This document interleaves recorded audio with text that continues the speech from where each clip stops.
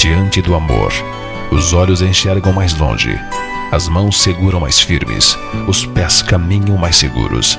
Diante do amor, o longe se torna perto, o pequeno se torna grande e o feio se torna bonito. Diante do amor, a verdade é revelada, o egoísmo é expulso, o erro é esquecido. Diante do amor, conseguimos transpor barreiras que pareciam intransponíveis, conseguimos alegrar corações que estavam adormecidos pelo ódio, construímos pontes sólidas entre homens. Que o amor de Deus esteja em nossos corações sempre.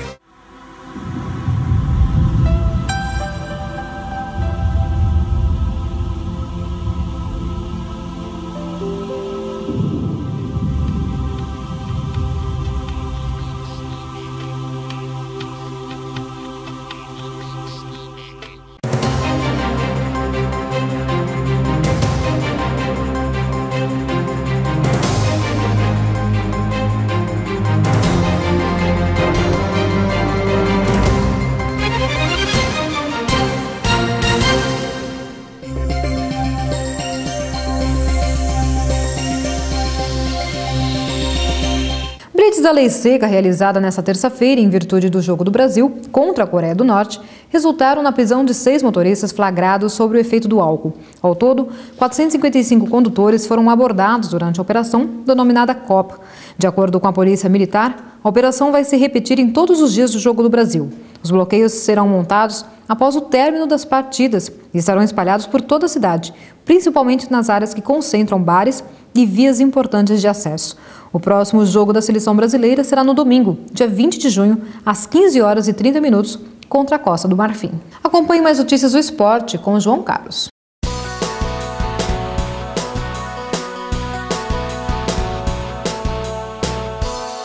Ok, estamos de volta para falar sobre esportes e o assunto, é claro, foi a estreia da seleção brasileira. Uma vitória ontem por 2-1, o Brasil abriu 2-0, tomou o gol no final da partida e fica aí agora, né? Foi bem? Foi mal? Valeu? Não valeu?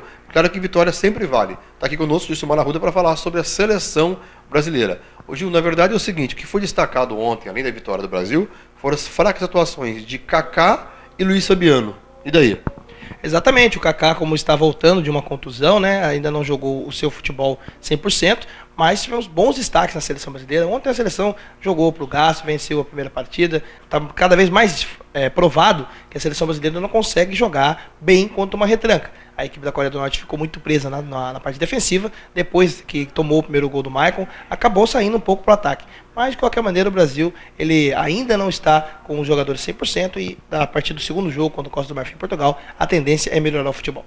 Além do primeiro gol do Brasil, do segundo gol teve um destaque para o Elano, que ele ia sair na hora da mudança. O Robinho, que aliás foi o melhor do Brasil em campo, fez o lançamento, você vê as imagens, e o Elano apareceu na cara do gol, fazendo aí o segundo gol do Brasil. Quer dizer, o Elano que deu o passe para o primeiro gol e também participou efetivamente do segundo gol do Brasil. Muita gente criticava o Elano antes mesmo de acontecer esse gol, né? E depois ele saiu para a entrada do Daniel Alves. O Elano que fez uma boa partida também. O Robinho foi um dos melhores em campo. O Maicon também a gente pode destacar. O Brasil, algumas partes ainda não se destacou, mas no resto do time fez uma boa partida. Em relação à arbitragem, para mim o árbitro deixou de dar alguns cartões, principalmente para o Felipe Melo, que bateu tudo que tinha direito no meio campo, e por incrível que pareça, o Ramírez, que entrou na primeira bola, levou o cartão amarelo. Exatamente, e a Copa do Mundo, como, por exemplo, se o Felipe Melo tomasse o cartão ontem e no outro jogo ele fosse expulso direto, esse cartão amarelo que ele tomou no primeiro jogo, não seria apagado, ou seja, para ser suspenso na Copa do Mundo é muito fácil, o Felipe Melo tem que tomar um pouco de cuidado. Tá certo, nós temos aí também a participação do técnico Dunga, né, da seleção brasileira, falando aí sobre a estreia do Brasil, primeiro jogo, a vitória de 2-1 ontem na primeira partida do Brasil no Mundial da África do Sul. Eu acho que a estreia é uma das partidas mais difíceis que tem. Tem ansiedade, nervosismo, depois de um período longo de treinamento, né, e iniciar ganhando. É lógico que não só eu, como todos os jogadores, a princípio a gente quer fazer gol e não quer tomar, né? Então se perguntar para o Júlio César, ele não está feliz. Consequentemente, eu também não, mas é normal do futebol. É importante que a equipe, principalmente no segundo tempo, começou a dar mais velocidade, começou a troca de passes, né, que a gente quer. No início a gente estava mudando a bola de um lado do outro com não tão rápido, e no segundo tempo a gente melhorou.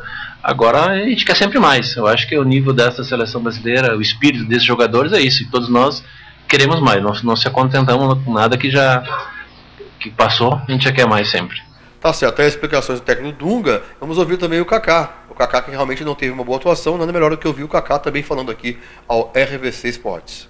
Querendo ou não, cria um pouco essa ansiedade do primeiro jogo, e aí acaba errando alguns passes, mas depois o time foi se soltando, o segundo tempo já foi muito melhor, criamos várias oportunidades, fizemos os 2 gols e criamos várias outras oportunidades. Muito bem, vimos aí o Kaká, jogador da Seleção Brasileira. Agora a pergunta é o seguinte, Gil, o que esperar do Brasil agora no próximo domingo, né? Bem, o Brasil, ele nos últimos jogos contra times fortes, como a Costa do Marfim contra Portugal, acabou jogando melhor até do que times como a Coreia do Norte, que ficam na defensiva. A expectativa é essa, mas o time da Costa do Marfim é um dos times mais fortes, é o mais forte da África atualmente e um dos mais fortes da Copa do Mundo. E o Drogba? Drogba está em excelente fase, teve a contusão no jogo contra o Japão, já voltou ontem, muita gente esperava que ele ia voltar contra o Brasil, mas ele já jogou o finalzinho do jogo contra Portugal ontem. Drogba é um cara ali que a gente tem que ficar de olho, o Lúcio tem que ficar de olho nele. Tá certo, ok, amanhã tem mais, falamos de esportes aqui pro RVC Notícias.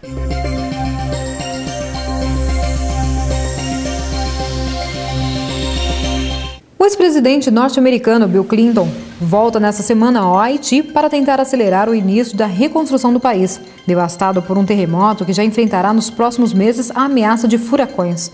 Clinton vai comandar uma reunião da comissão encarregada da reconstrução do Haiti. Depois do terremoto, o ex-presidente foi nomeado representante especial da comunidade internacional para aquele país caribenho. O grupo deve aprovar projetos específicos de reconstrução e também deve discutir a adoção de diretrizes claras para o desembolso da ajuda financeira.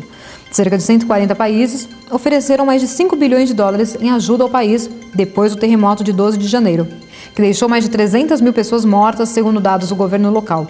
A temporada de furacões do Caribe vai de 1º de junho a 30 de novembro e meteorologistas preveem que este ano será particularmente ativo, o que exige ainda mais exigência na reconstrução. O presidente do México, Felipe Calderón, disse que a campanha do seu governo contra o narcotráfico não é uma cruzada pessoal e pediu ajuda da população contra a crescente violência provocada pelo crime organizado. Quando assumiu o cargo no final de 2006, Calderón mobilizou o exército e a polícia para combater os poderosos cartéis de traficantes. Desde então, confrontos entre criminosos e destes com forças de segurança causaram 23 mil mortos. Embora o governo tenha conseguido vitórias expressivas contra o narcotráfico, inclusive com a prisão de diversos líderes e a apreensão de grandes cargas de drogas, Calderón tem sido alvo de críticas por causa de abusos cometidos por soldados e da morte de civis no fogo cruzado. Saiba como fica o tempo em todo o país. Olá! Na sequência de imagens de satélite de hoje, observamos muitas nuvens, algumas delas bastante carregadas sobre o norte do país, principalmente entre a Ilha do Marajó e o Amapá, onde além do calor e da alta umidade do ar, a zona de convergência intertropical posicionada um pouco mais abaixo tem favorecido a presença dessas nuvens.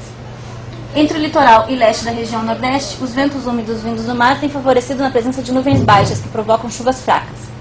Sobre o interior, região mais central do país, a presença de uma massa de ar seco que tem predominado nesta área dificulta a formação de nuvens e, além disso, mantém baixa a umidade relativa do ar em algumas localidades desta área.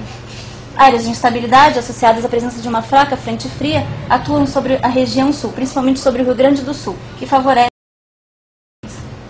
Agora vamos ver como fica o tempo nesta quarta-feira.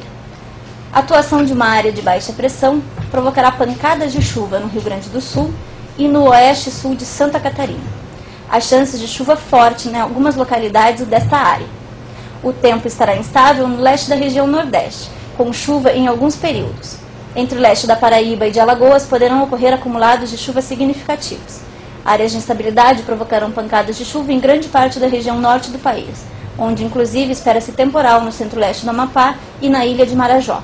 Nas demais áreas do país, a massa de ar seco seguirá predominando, deixando o dia ensolarado e com baixos valores de umidade relativa do ar em alguns pontos do centro-oeste e sudeste do país. As temperaturas seguirão baixas na região sul.